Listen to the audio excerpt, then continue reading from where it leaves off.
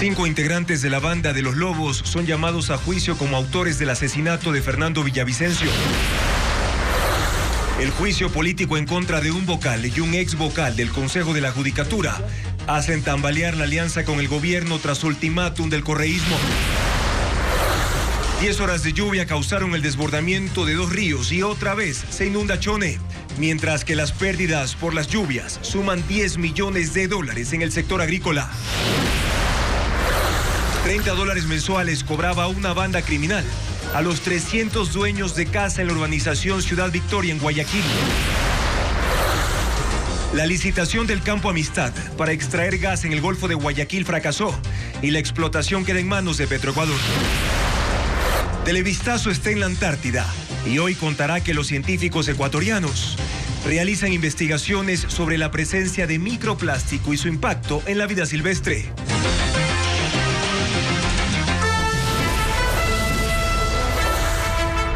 Televistazo estelar con Juan Carlos Aisprúa.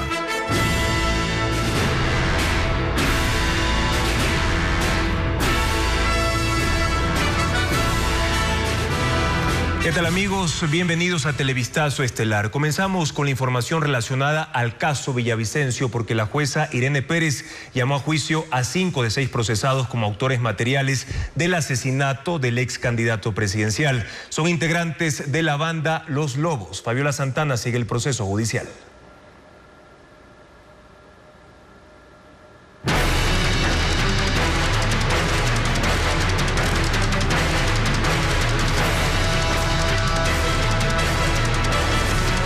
Villavicencio, ¿quién lo mandó a matar?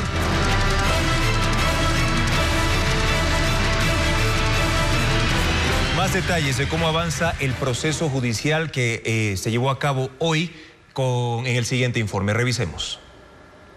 Ya hay los primeros llamados a juicio por el asesinato de Fernando Villavicencio. Este miércoles, en el segundo día de audiencia, la jueza Irene Pérez resolvió que pasen a la etapa de juzgamiento 5 de los 6 detenidos. Carlos Angulo, alias Invisible, Laura Castillo Belín, alias La Flaca, ambos cabecillas de una fracción de Los Lobos, Eric Ramírez, Víctor Flores y Alexandra Chimbo. Exculpó a Óscar Fierro por no haber elementos que lo relacionen con el caso. Fiscalía había acusado a alias El Invisible de ser el autor del asesinato por dar la orden de su ejecución desde la cárcel y a La Flaca como coautora por ser la encargada de proporcionar la logística. Los demás habían sido acusados como cómplices. La prueba madre contra Angulo fue lo hallado en el celular del sicario herido durante el atentado. Hubo chat y un video enviado desde su celda que lo delató. La policía visitó el lugar en la cárcel de Cotopaxi y comprobó que era el sitio del video. Tomó muestra de su cepillo de diente y rasuradora que revelaron su identidad. WhatsApp informó que el número del que salieron las comunicaciones se conectó a una IP en el reclusorio, que pertenece a la empresa Megaspeed, proveedora de internet en el pabellón de máxima seguridad. Sobre Laura Castillo, lo más importante fue el testimonio anticipado de su conviviente. Él reveló los detalles de la planificación del asesinato. Su abogado pidió excluir esa prueba por no haber sido notificados para la diligencia, pero la jueza dijo que se comprobó lo contrario. El testimonio también expuso el rol de Eric y Víctor, y sobre Alexandra hay comunicaciones. Ella estaba infiltrada para avisar cuando Villavicencio saliera del mitin. Del exculpado, la jueza dijo que el celular con el que se lo relaciona no estaba a su nombre ni en su poder. La fiscalía puede apelar esa decisión. La jueza ratificó la prisión preventiva para los llamados a juicio. En adelante se conformará un tribunal que evaluará las pruebas, recibirá testimonios y emitirá una sentencia. En la audiencia, la fiscal Ana Ceballos reveló que está abierta una investigación previa por omisión que investiga al Círculo de Seguridad de Villavicencio. También hay otra para identificar a los autores intelectuales. Y la investigación sobre los autores intelectuales del asesinato de Fernando Villavicencio sigue bajo reserva. La Fiscalía busca pistas de quién ordenó el homicidio del ex candidato presidencial. Paul Romero con el informe. ¿Quién ordenó el asesinato de Fernando Villavicencio? El 9 de marzo se cumplirán 7 meses del homicidio del ex candidato presidencial y todavía no hay claridad sobre los autores intelectuales. Para determinar a los responsables, la Fiscalía abrió una investigación que se encuentra en indagación previa, es decir, la información recabada hasta el momento está bajo reserva. Fernando Villavicencio tuvo muchos enemigos por sus denuncias. Como presidente de la Comisión de Fiscalización, impulsó investigaciones sobre los vínculos del narcotráfico con la política. Él reveló la foto de una piscina en Miami, en donde aparecen Javier Jordán, el ex legislador del correísmo Ronnie Aliaga, entre otras personas que, según Villavicencio, integraban una red de corrupción en el sector público vinculados con el narcotráfico.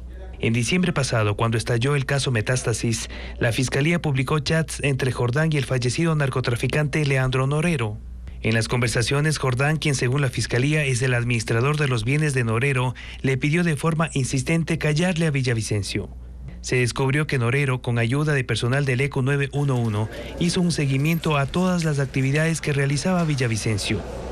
Otra investigación que denunció en la Comisión de Fiscalización fue el caso León de Troya y la presencia de la denominada mafia albanesa. En el informe denunció la presunta complicidad de la excomandante de la policía Tania Varela con esta organización, vinculada con Rubén Cherres, asesinado en septiembre de 2023, amigo de Danilo Carrera, procesado en este caso.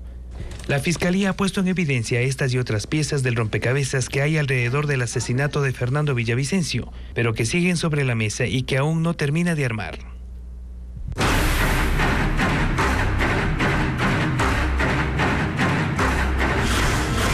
Metástasis, la infiltración narco.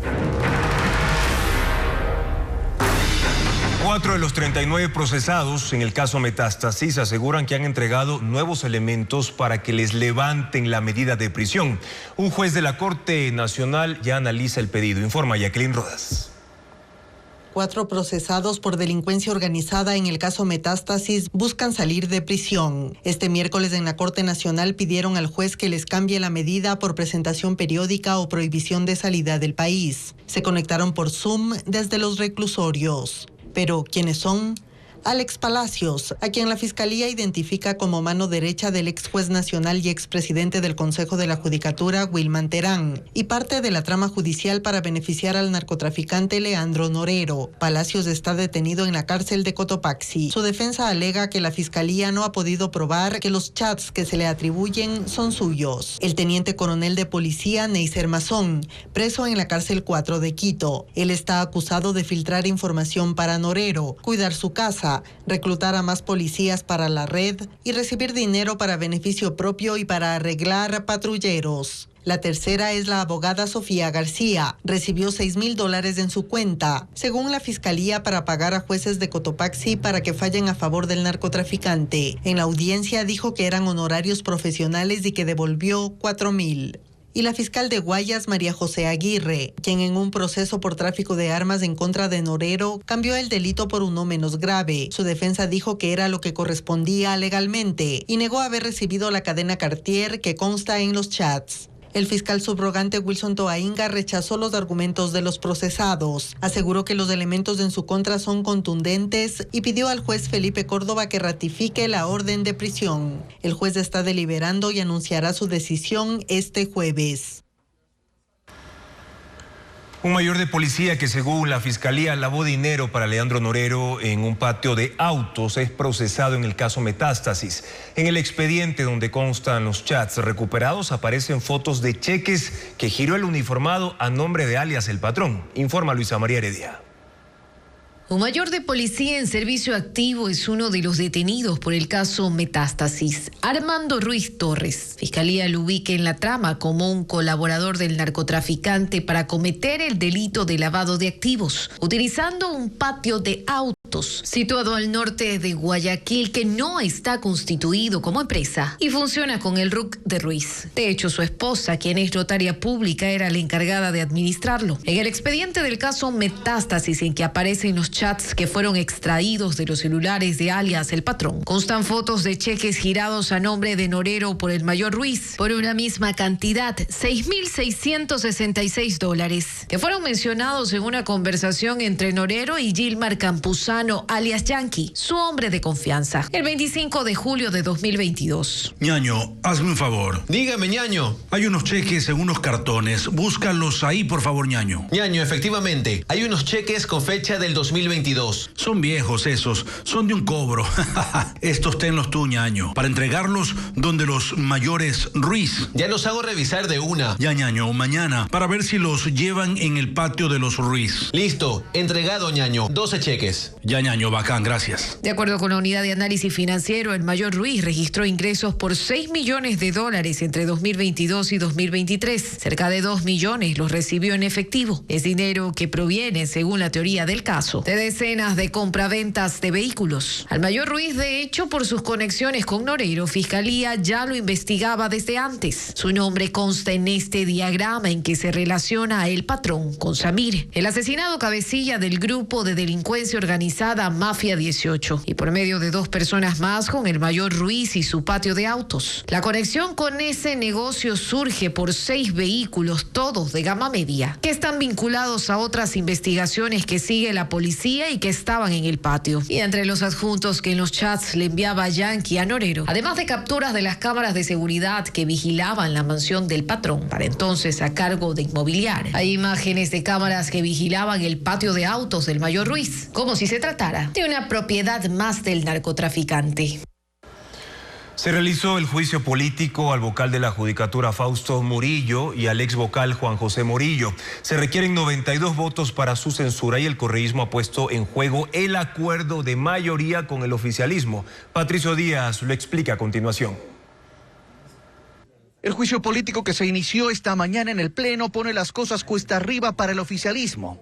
La Revolución Ciudadana advirtió que si esa bancada no da los votos para la censura del vocal de la Judicatura Fausto Murillo y el ex vocal Juan José Morillo, el acuerdo de la mayoría legislativa se rompe. Si solo quieren nuestros votos para algunas cosas, pero no para hacer justicia y para depurar la justicia ecuatoriana, no tiene sentido seguir en esa alianza.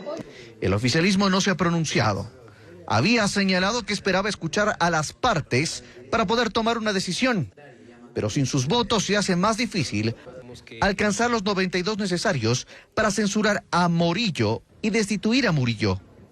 Construyese distancia de esa posibilidad los independientes también, y quedarían solo correístas y socialcristianos. El vocal Fausto Murillo es acusado de arrogación de funciones, tráfico de influencias y la no homologación salarial del personal del Consejo. El funcionario dice haber probado que no hay causales reales en su contra. Más bien, hace alusión a las relaciones políticas que tiene quien lo reemplazaría si es destituido. Sí, si es que tiene cabida la censura, en el supuesto no consentido, los vocales tenemos un suplente. Y en mi caso, la suplente es la doctora Elsie Celi, identificada claramente con el Partido Social Cristiano. El interpelante social cristiano, Carlos Vera, rechazó la supuesta relación. La señora Elsie Celi es una persona, una abogada, respetable abogada me parece que es la provincia del Guayas, en donde toda su vida ha tenido un comportamiento ideológico de izquierda. En el Pleno hay consenso para la censura de Juan José Morillo, acusado de tráfico de influencias por el audio filtrado en torno a un caso sobre Guadalupe Llori. Pero no hay hasta ahora votos contra Fausto Murillo. Aunque la responsabilidad es individual, se esperaba una votación por separado de cada uno. El interpelante mocionaría algo distinto. La moción va a ser conjunta. Es una sola moción y evidentemente dentro de esos mecanismos es un solo juicio político y en esas circunstancias se va a presentar lo que corresponde. Esta moción complicará más aún la decisión del Pleno.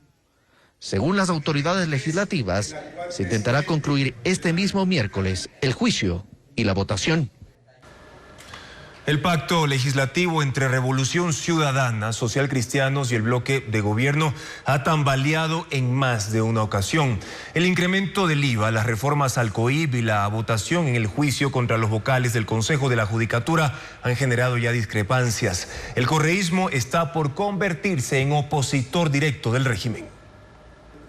Desde hace casi una semana, cuando no existió un acuerdo en la Asamblea Nacional para aprobar el proyecto de reformas al Código Orgánico Integral Penal, el pacto legislativo entre la Revolución Ciudadana, el Partido Social Cristiano y la bancada oficialista de Acción Democrática Nacional tiembla. Su futuro fue abordado anoche en una reunión virtual entre correístas. En esa cita se habló de los pros y los contras de seguir formando parte del acuerdo, pero no se adoptó una posición radical. Lo que sí quedó claro es que resta solo una instancia más para que RC5 se convierta en la oposición directa del gobierno en el Pleno. El juicio político contra el vocal de la Judicatura, Fausto Murillo, y el exvocal Juan José Morillo. Ese es el ultimátum. Todo depende de cómo vote ADN. Aún tenemos que tomar una decisión frente cuál va a ser nuestra postura. Y más allá que una ruptura tácita, estamos hablando de marcar distancias de decisiones de las cuales nosotros no estamos de acuerdo. Fueron varias situaciones las que llevaron a este punto, según los correístas. Además del juicio político, el incremento del IVA también había generado controversias. Y el punto de quiebre fue la no aprobación de la moción de RC5 para votar por las reformas al COIP en 2 bloques, como aseguran haber acordado antes con PSC y ADN. Creen que se cumplió un pedido del presidente Daniel Noboa. En este momento buscando una reelección, invalida el trabajo de la Asamblea Nacional, invalida a sus aliados, si el término cabe.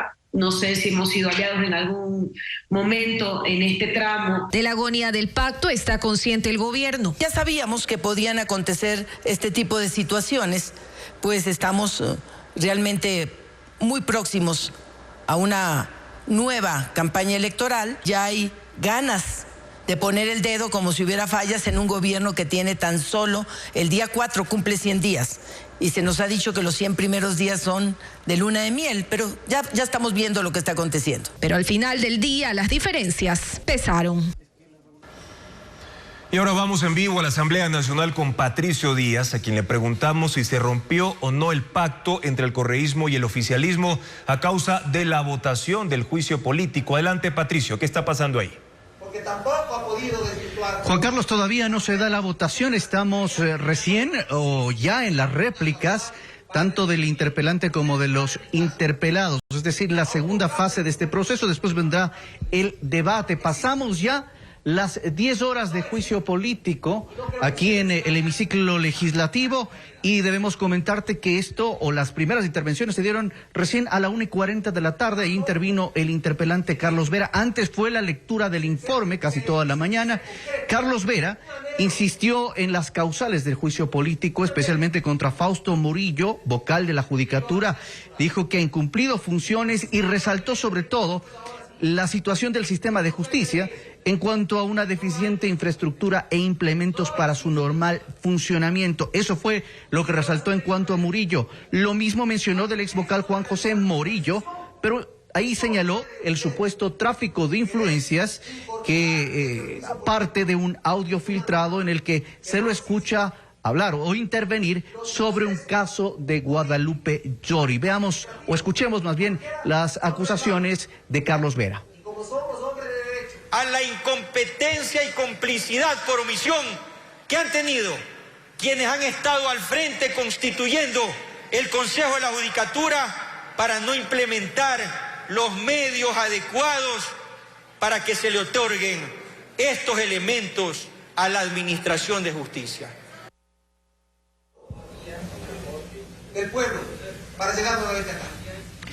Fausto Murillo, el vocal de la Judicatura, inició su defensa cerca de las 3:40 de la tarde. Él rechazó las acusaciones en su contra, recordemos, arrogación de funciones, tráfico de influencias y también no haber hecho gestiones para la homologación salarial. Señaló que en uno de los chats, que es parte del caso Metástasis, se hablaría de él y precisamente de su salida del Consejo de la Judicatura durante el juicio político anterior que se siguió en el 2022. Hizo alguna referencia a aquello y a quienes intervienen en ese chat y precisamente la influencia que él tendría para la política en la Judicatura. Cuidado. En este juicio político también hay atrás la mafia del narcotráfico moviendo los hilos. Nada hay oculto en esta tierra. Tiempo al tiempo.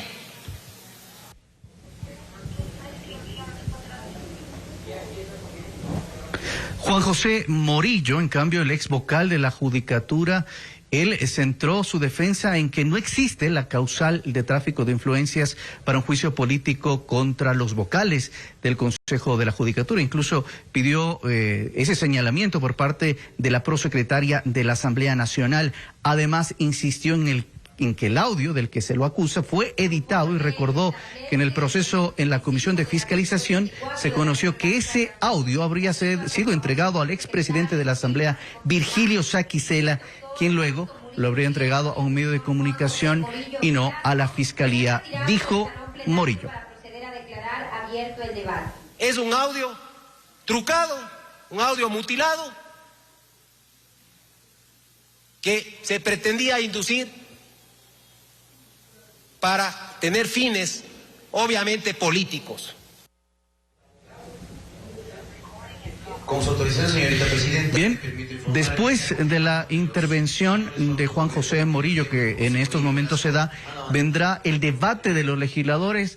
Al momento están 18 legisladores inscritos para ese debate y, de acuerdo a las autoridades legislativas, se procederá de corrido hasta la votación que se daría el mismo día de hoy. Recordemos también que los dos interpelados pidieron el archivo de este juicio político, mientras obviamente el interpelante pidió la destitución de Morillo y la censura del ex vocal Juan José Morillo.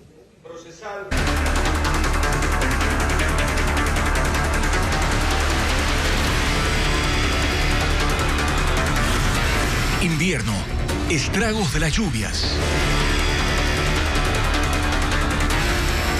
4 crecientes de los ríos Mosquito y Garrapata anegaron el centro de Chone. Esto se da una semana después de la gran inundación que dejó 12.500 viviendas afectadas. Actualmente evalúan los nuevos daños, como lo informa Karen Ceballos. Las calles del centro de Chone, en Manabí, comenzaron a inundarse nuevamente al mediodía de este miércoles, luego de que 2 crecientes del río Chone aumentaran el caudal. El agua entró a la urbe por la red del alcantarillado pluvial hacia las calles 7 de Agosto, Colón, Pichincha, Vargas Torres y otra docena más. Cerca de las 2 de la tarde subió el nivel de 2 crecientes más y empeoró el escenario con un aguacero que duró cerca de hora y media. Esto complicó el paso de vehículos por la acumulación de agua en las intersecciones hacia el municipio y el mercado central.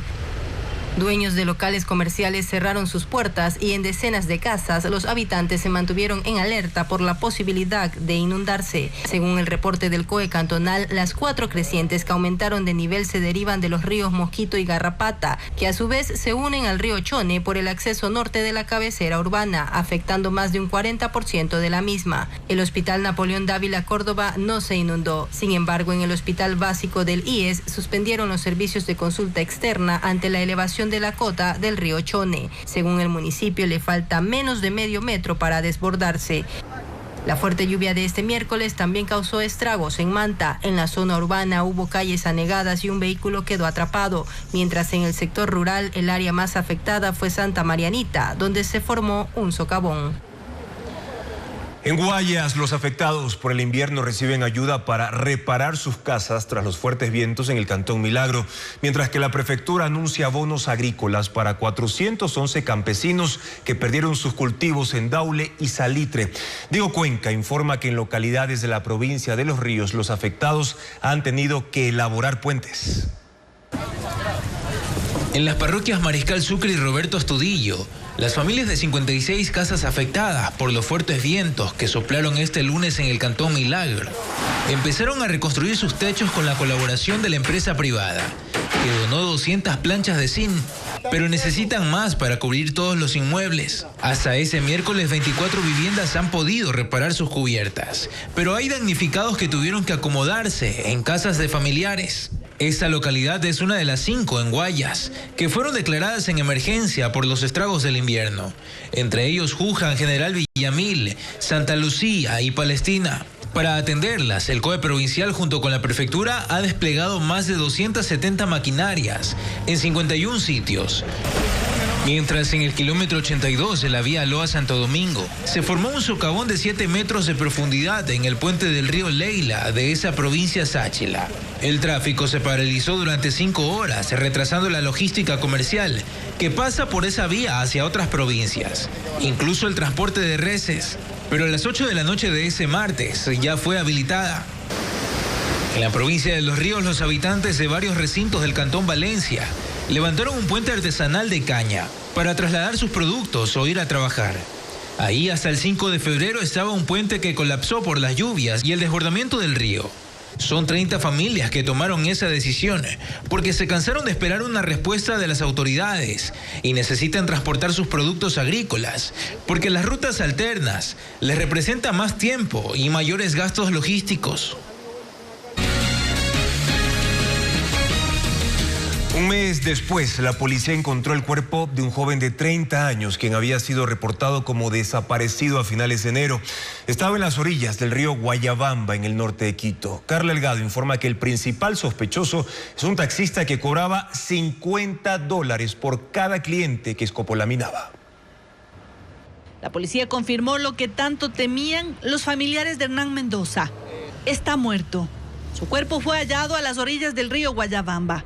Tenía 30 años y había desaparecido el 26 de enero en Quito. Ese día salió de su casa hacia un bar de La Pradera en el norte y no se supo más de él. Por las investigaciones se conoció que desconocidos le brindaron un vaso de cerveza, al igual que a un amigo suyo, y lo subieron a un taxi. El amigo apareció bajo efectos de la escopolamina y dijo a la policía no recordar los hechos. Franklin, el conductor del taxi, es el único detenido. En su versión reconoció que cobraba $50 por cada persona a la que drogaba después de que salían de los bares de la zona. Él delinquía con una banda que le proveía la escopolamina. Llevaba a sus pasajeros a los cajeros automáticos para retirar dinero. En las versiones del taxista contó que Hernán Mendoza no pudo sacar dinero y lo abandonaron en el puente de Guápulo. Las investigaciones determinarán qué ocurrió realmente con él y por qué fue encontrado en Guayabamba. $30 mensuales cobran las organizaciones delictivas a los habitantes de Ciudad Victoria en Guayaquil para que puedan seguir viviendo en sus hogares.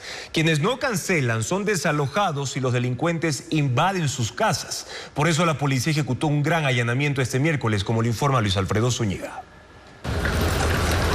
La policía ha sido clara. Las organizaciones delictivas están operando en planes habitacionales como Ciudad Victoria en el noroeste de Guayaquil, con vacunas para negocios y quienes viven en el sitio. Este sector forma parte del distrito Nueva Prosperina, donde hay 100.000 casas. De esas, según la policía, 5.000 están tomadas por las organizaciones delictivas, cobrando vacunas que dejan $150.000 mensuales, ya que se cobra 30 por cada hogar en el distrito. Quienes no pagan son desalojados y las bandas invaden las casas. Los habitantes están atemorizados. O pagas, si no te mandan a tirar balas a la puerta. Desde la garita ingresan, están con la seguridad desde la garita, ingresan, cobran vacuna a todas las personas que están aquí.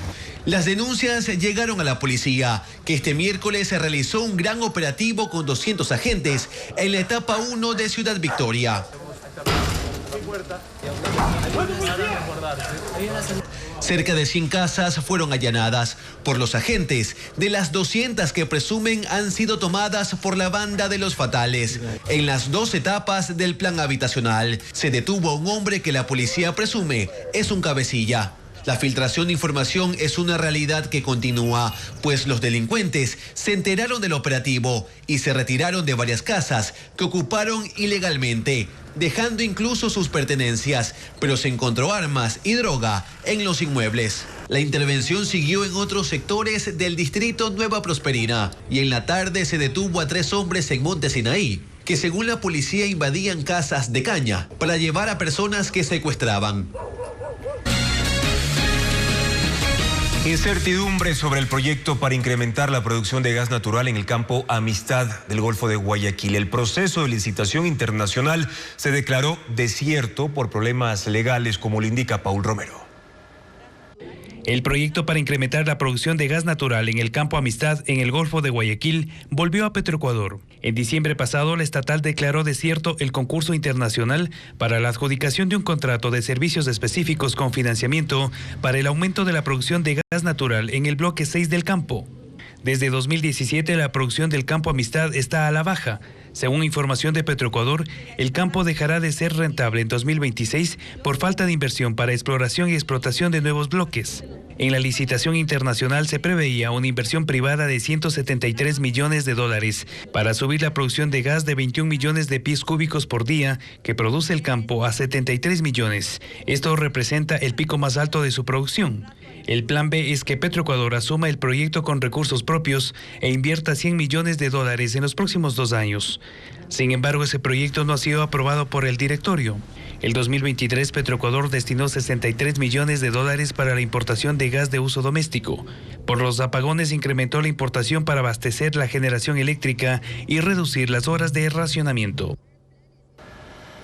Ecuador no crecerá económicamente este año según las previsiones del gobierno y las mediciones del Banco Central. Eso frenará la generación de empleo, la inversión y el consumo según expertos. Luisa María Heredia con el análisis.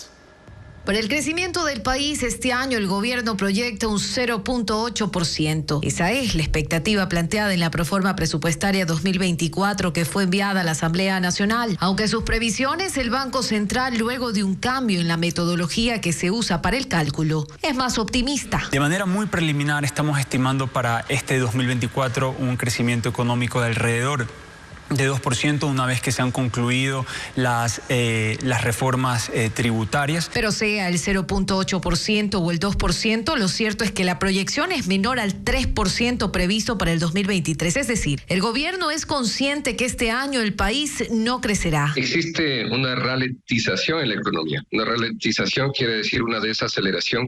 Y Ecuador ha tenido un crecimiento económico nulo en los últimos 5 años, ha sido cero. Que inclusive el 0.8% puede quedar grande. Y de ser ese el caso, el impacto se verá en la generación de empleo. Cuando un país no crece, implica que las ventas están detenidas y que no se generan nuevos empleos. Eso es lo que está viviendo el Ecuador en este momento. Una economía en desaceleración, al final del día menos empleo y menos generación de bienestar. Otra afectada será la inversión. El Ecuador lamentablemente no tiene los atractivos para invertir. Y es que se contraerá también el consumo. No se estimula el circulante de la economía y Ecuador sigue en esa senda de ausencia de crecimiento económico. Estos anuncios de atracción de inversión o de generación de empleo, pues, o de crecimiento económico, los cambios metodológicos del Banco Central dejan mucho que desear. Puede considerarse un puro marketing político. El desarrollo económico de Ecuador ni siquiera supera su crecimiento demográfico, cuya tasa bordea el 2% actualmente. De ahí que la migración se ha convertido en la válvula de escape de la población. La ministra de Gobierno, Mónica Palencia, confirmó la intención del Ejecutivo de que los militares continúen ayudando activamente en la seguridad, tanto en las calles como en las cárceles. La funcionaria se refirió a ese y otros temas esta mañana en Contacto Directo. Los 100 primeros días son... En casi 100 días hay tiempo para revisar cosas y para descubrir absurdos. La ministra de Gobierno dice, por ejemplo, que uno de esos absurdos estaban en algunas de las cosas que imponía el Código de Ética del gobierno anterior. Por ejemplo, había tal absurdo de confundir la ética con actividades o formatos a llenar. Se decía, todo ministro, tenemos que dar a conocer en la página web nuestra agenda y nuestras actividades. Después decía que no puedo atender a ninguna persona, ni yo ni ningún funcionario, ninguna persona que no haya hecho una solicitud por escrito. Puedo ser totalmente corrupto en medio de una información. Esto es cubrir apariencias. Así que este gobierno derogó ese código y está trabajando en uno nuevo. Porque dice que el hecho de que no digan algo no significa que no estén trabajando en ello. Y pone como ejemplo el tema de la seguridad. No es nada fácil trabajar por la seguridad. Hemos tenido migración de delincuencia de un sitio a otro. También esto se ha dado. La Fuerza Armada continuará en las calles, continuará hecha cargo también de los centros penitenciarios. Indefinidamente. Tenemos muy en claro que los centros penitenciarios tienen que estar también de la mano de funcionarios de carácter civil. Y hablando de los centros penitenciarios, 2 cosas. La primera es que una de las 2 nuevas cárceles anunciadas se comenzará a construir ya mismo. En el mes de marzo esperemos que estemos arrancando. Y lo otro es que no solo se trata de construir nuevas cárceles, sino de mejorar otros aspectos del sistema. Guías penitenciarios fortalecidos, guías penitenciarios que ya hay algunas iniciativas sobre dónde formarlos, cómo formarlos y dónde obtener un semillero. La ministra también se refirió brevemente al ex vicepresidente Jorge Glass, quien en diciembre del año pasado se refugió en la Embajada de México. Puedo aseverar que tenemos elementos suficientes de juicio para creer que el señor se encuentra dentro. La Policía Nacional se mantiene en los exteriores permanentemente de la Embajada de México. Los problemas de los 100 días, que son más o menos el 20% del periodo del gobierno actual. Empresas constructoras y quienes edifiquen su propia vivienda se beneficiarán de la devolución del IVA. En el caso de personas naturales hay solo un requisito. Oriana Bermeo lo explica.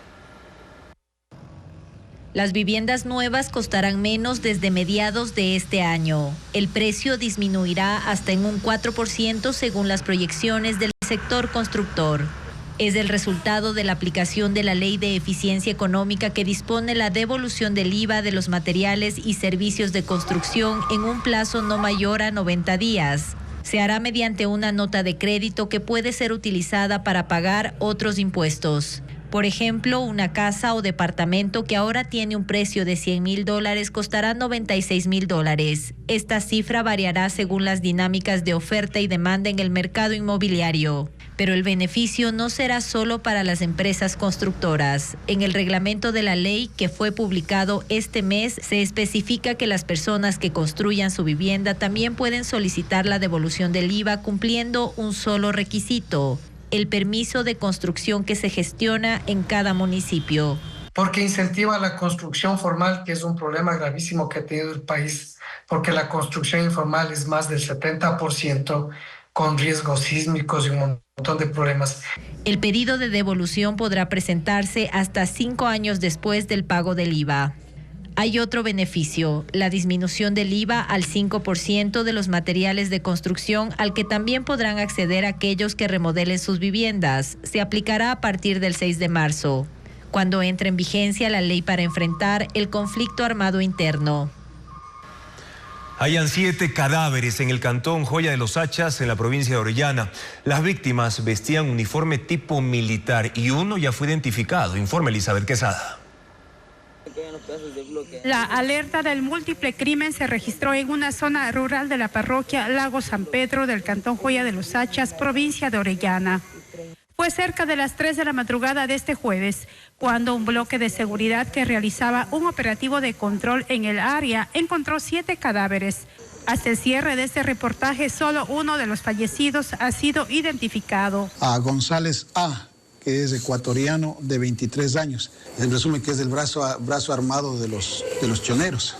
En esta zona, donde habitan más de 2,000 personas, moradores aseguran que durante la madrugada escucharon disparos. Al momento del hallazgo, los fallecidos vestían uniformes tipo militar. La policía investiga si son integrantes de grupos irregulares de Colombia o brazos armados de bandas criminales que operan en Ecuador. Se descarta que sean primero miembros de Fuerzas Armadas, por la manera como estaban vestidos, con zapatos deportivos y tenían su pelo largo. A 200 metros de la escena del crimen, policías hallaron armas y municiones bajo tierra. Este armamento estaba cerca de una casa donde, según las autoridades, habitaban los 7 fallecidos. Un operativo militar dentro de una urbanización privada de la vía a la costa dejó una persona detenida. Merlin Ochoa informa que además se decomisaron armas, municiones y dinero. Durante 5 horas, esta urbanización ubicada en el kilómetro 11.5 de la vía a la costa en Guayaquil estuvo militarizada. Los uniformados tomaron control de las 2 garitas y allanaron 2 casas de 2 pisos la tarde del martes. Según las primeras investigaciones, uno de los inmuebles había sido alquilado hace 9 meses por integrantes de un grupo terrorista. En una de esas villas fue detenida una ciudadana, se encontró alrededor de $28,000, 2 armas de fuego y una máquina contadora. El operativo estuvo a cargo del bloque de seguridad. En la segunda casa se decomisó 200 municiones, 12 alimentadoras, 3 armas de fuego, un dron, un GPS y hasta un inhibidor de señal. El esposo de la detenida es de nacionalidad rusa. En la casa solo estaba su pasaporte. El extranjero era parte de una empresa que vende camarón y langostino al por mayor. Según la policía, el caso será investigado como lavado de activos. Al lugar se desplazaron también los agentes de tránsito. Hasta el cierre de este reportaje, no se realizaba la audiencia de formulación de cargos. Un policía en servicio activo fue detenido con droga este miércoles, 2 meses después de que recibiera medidas cautelares como procesado en el caso Metástasis. En el siguiente informe se explica que nuevamente fue aprehendido, pero esta vez con cocaína. El cabo segundo Alexander Isa fue presentado de rodillas ante los medios de comunicación tras ser capturado con droga por sus compañeros durante la mañana del miércoles en el sector de Pascuales, norte de Guayaquil. Dentro del vehículo que manejaba el policía en servicio activo, sin placas y de similares características a los que usan los coroneles, los agentes encontraron los bloques de cocaína. Tiene 32 años de edad, pero además este uniformado fue uno de los 29 detenidos el pasado 14 de diciembre en el caso Metástasis y vinculado a los mensajes hallados en el teléfono del narcotraficante Leandro Norero, que ahora son usados por la Fiscalía como prueba. Luego de la audiencia de formulación de cargos, fue liberado con las medidas cautelares de prohibición de salida del país y la presentación periódica ante el juez. Desde entonces regresó a trabajar a la institución. Y era uno de los encargados de la custodia de la seguridad de los bienes de Norero. Lamentablemente, debido a estos tecnicismos que tiene el código, no nos ha permitido desvincular a este servidor policial. En la detención más reciente, el cabo Isa estaba con permiso médico hasta el 17 de marzo. Se desempeñaba como técnico operativo en Daule, Guayas. En el operativo intentó huir, pero fue neutralizado por los agentes. El policía, además de delincuencia organizada por el caso Metástasis, también será procesado por tráfico internacional de drogas. Al igual que el cabo Isa, otros miembros de la Policía Nacional colaboraron con el narcotraficante Leandro Norero y su red a cambio de dinero. En los chats del caso Metástasis, alias El Patrón, cuenta cómo los reclutó. Luisa María Heredia con el informe. Otros policías también están siendo procesados por el caso Metástasis. Además del coronel Neiser Mazón, jefe del distrito San Borondón, quien según la Fiscalía cobró por filtrar información y proporcionar seguridad a la casa de Leandro Norero, y del mayor Armando Ruiz, quien asegura el Ministerio Público que prestó su negocio para que el narcotraficante lave dinero. Alexander Isa, cabo segundo, es uno de ellos. Su rol consistía en simular operativos para salvaguardar los bienes del patrón, que quedaron dentro de la mansión que se allanó en mayo de 2022 para su detención. En los chats recuperados de los celulares de Norero, que forman parte del expediente de la causa, se habla de su colaboración con el narco. El 16 de julio de 2022, por ejemplo, el abogado Cristian Romero le contó a Norero que se logró sacar algunas cosas de la vivienda. Los policías ayudaron a sacar todas esas esculturas. ¿Sabe cómo los recluté? Ni idea, jefe, cuente. Un día me paso el semáforo, iba con mi seguridad y nos paran ellos. Estos locos, como andábamos en guerra, andaban con las armas sin permiso. Nos revisan el carro, nos encuentran 2 pistolas, como 10 alimentadoras. Y que sí, que nos vamos preso. Le digo, mira, ven acá, te voy a dar 10.000. Les di y me devolvieron mis pistolas y todo. Chao. Desde ahí los puse a copiar. El 2 de agosto, en cambio, Eli de Angulo, alias Estimado, hombre de confianza de Norero, le envió fotos de más artículos que sacaron de la casa. Ya están los paquitos en la casa. ¿Sí pudieron sacar todo?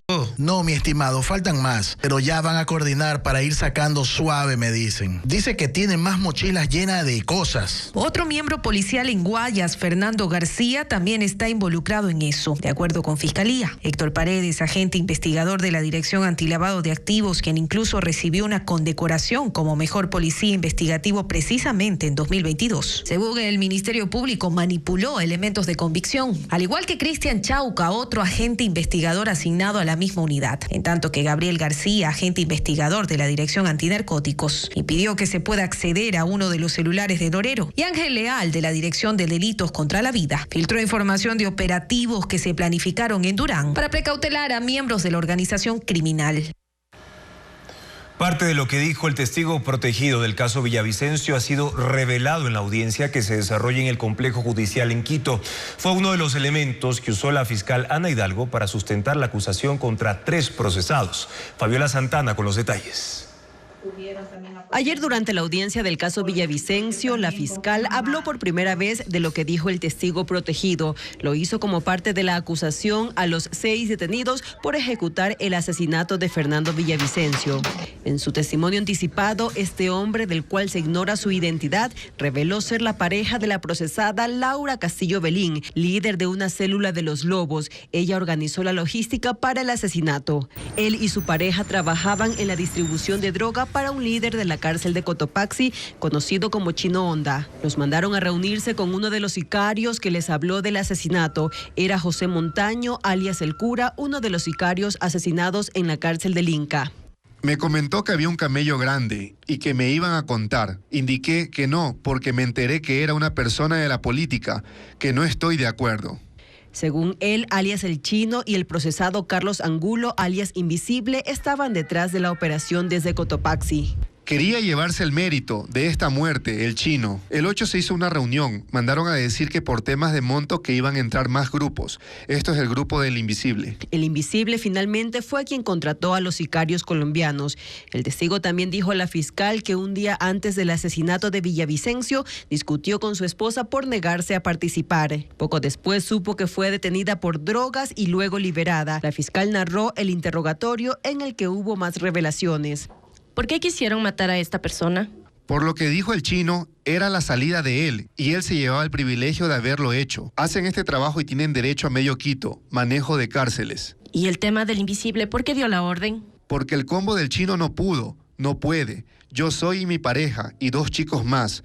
Como me negué y no quería perder, ahí vino el combo del Invisible. Yo iba a ser el volante y el cura el gatillero. ¿Cuál fue el motivo de la orden? Por el dinero y subir el grado, manejo de cárceles, rebaja de penas y salida de ellos. ¿Quién iba a salir? No tengo idea. Sé que tenía comprado abogados y a todos en la Fiscalía de la Patria. ¿Conoce qué persona dijo que el señor Villavicencio iba a estar en el meeting y no en el carro blindado? No tengo idea del carro. Lo que conocía era el Chino, el Invisible. Ellos iban a dar luz verde. La viuda de Villavicencio rechazó estas motivaciones. Y saber que esta gente no le importa asesinar a un padre, a una persona que pudo cambiar este país solamente por tener el control delincuencial de la ciudad, es muy doloroso. Debe haber gente poderosa que podría darles en realidad el control de las cárceles. E hizo un llamado al procesado Carlos Angulo, alias Invisible. Entiendo que no llegarán vivos al proceso del juicio, porque ya lo hicieron con los sicarios, y la gente que los contrató no va a dejar cabos sueltos. Entonces, la única manera de protegerse para ellos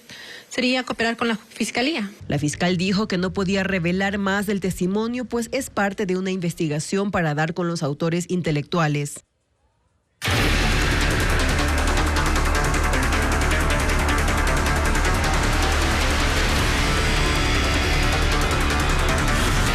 Invierno, estragos de las lluvias.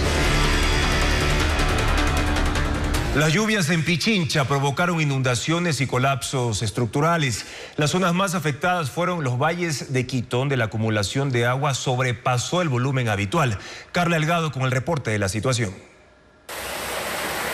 El sur de la capital fue afectado por la intensidad de las lluvias, que convirtieron a las avenidas en ríos. Los técnicos del INAMI argumentan que este fenómeno es parte de la época invernal y que se repetirá en marzo y abril en la sierra. Sin embargo, aseguran que en la zona de Rumiñahui el volumen de los aguaceros son anormales. El agua llegó a 50 milímetros, la mitad de lo que debía llover en un mes. Las lluvias pasan factura a la provincia de Pichincha. Esta mañana los habitantes de San Sebastián en el cantón Rumiñahui miraban aún con asombro cómo la crecida del río Tinajillas destruyó el muro de contención de este conjunto. La corriente fue tan fuerte que levantó hasta los bloques. Ahora, 6 casas corren riesgo de caer. Fue una noche interminable porque apenas se oía un sonido y salíamos a ver. El aguacero que cayó durante la tarde y noche del martes provocó daño en infraestructuras, como este galpón. Está inundado todo, la terraza también está con bastante granizo. Era el aguacero muy fuerte, nunca ha caído así el aguacero, pero ahora sí, fue fatal. También dejó inundaciones por la granizada. Este sembrío en Conocoto se cubrió. El invierno ha dejado pérdidas por más de 10 millones de dólares en el sector agrícola de 10 provincias. Los productos más afectados son arroz y cacao en Guayas. Diego Cuenca con el informe. Los arroceros en el recinto Corona del Cantón Palestina quisieron rescatar algo de su cosecha que está bajo el agua, pero confirmaron que ya no sirve. Así salen los arroces ya, todo blanco, podrido, más el caracol que le coge, le va a borrear la hoja, ya no es bueno ya. Son parte de los 1.749 agricultores afectados en Guayas, que según el Ministerio de Agricultura es la provincia más golpeada del país por las inundaciones, donde un pequeño productor pierde desde $600 por cada cuadra de cultivos. Usted sabe que hay que comprar abono, fertilizantes y tal para curar los arroces. A escala nacional, las lluvias han destruido 24.000 hectáreas de cultivos en 10 provincias, que le pertenecen a más de 7.000 productores. Eso significa que entre enero y febrero se perdieron 10 millones de dólares. La gran mayoría por inundaciones y desbordamientos de ríos, donde los cultivos más afectados fueron de arroz y cacao. Mientras el sector ganadero ha registrado pérdidas en las provincias de Bolívar, Chimborazo, Manabí y Guayas. Esa última es la más perjudicada también de ese gremio, porque en el mismo periodo han muerto más de 900 vacas y otras 8.000 reses quedaron heridas por las inundaciones. Las autoridades siguen levantando información en varios sectores rurales de la región litoral. Antártida, viaje al fin del mundo. La misión científica de Ecuador en la Antártida investiga el origen de los plásticos que llegan hasta la zona polar y el impacto que causa en los animales. Nuestro enviado especial, Francisco Garcés, explica las hipótesis que el equipo maneja sobre el origen de esa contaminación. Científicos ecuatorianos buscan plástico en la Antártida. Es uno de los proyectos de investigación que se realizan dentro de la expedición científica número 27 del Ecuador en el continente helado. Verónica Condo del INOCAR y Renato Oquendo de la Universidad Técnica del Norte unieron sus iniciativas. Ella busca microplásticos y hielos de tamaño más grande. Su objetivo es determinar cuál es el impacto que estos tienen en el ecosistema antártico. Juntos recorren las playas de 4 islas de la península antártica para recolectar las muestras y tener los datos para su estudio. Si bien la Antártida es uno de los rincones más aislados del planeta, aquí la presencia humana genera sus impactos. Botellas de plástico, amarras de todo tipo, materiales aislantes, ya son comunes de ver en las playas del norte del continente helado.